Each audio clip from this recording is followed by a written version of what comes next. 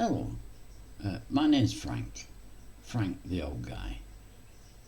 On this channel I'll be discussing the Rubik's Cube and how to complete the Rubik's Cube in less than 4 minutes without any fancy finger movements. I personally do this in 2 minutes 30 seconds. My son, who is a finger flicker, does it in 1 minute 9 seconds.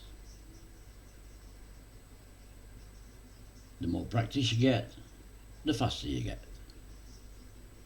First thing I must mention is on this cubes come in a lot of different colours,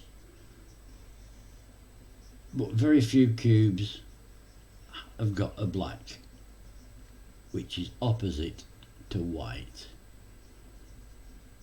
There are colours that just don't make sense. Anyway, on this one, if you've got a cube that's got sticky labels on and the base is black, simply remove the labels on the yellow, which is producing a black, which is very easy to distinguish from the white. It's a very easy process. The first stage is to get the white cross at the top and all the top completed. This is done without any algorithms.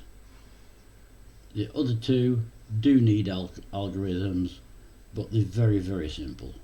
7 moves in each algorithm.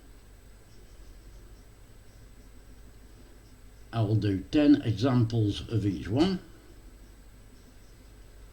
and show you in very slow motion how to do them.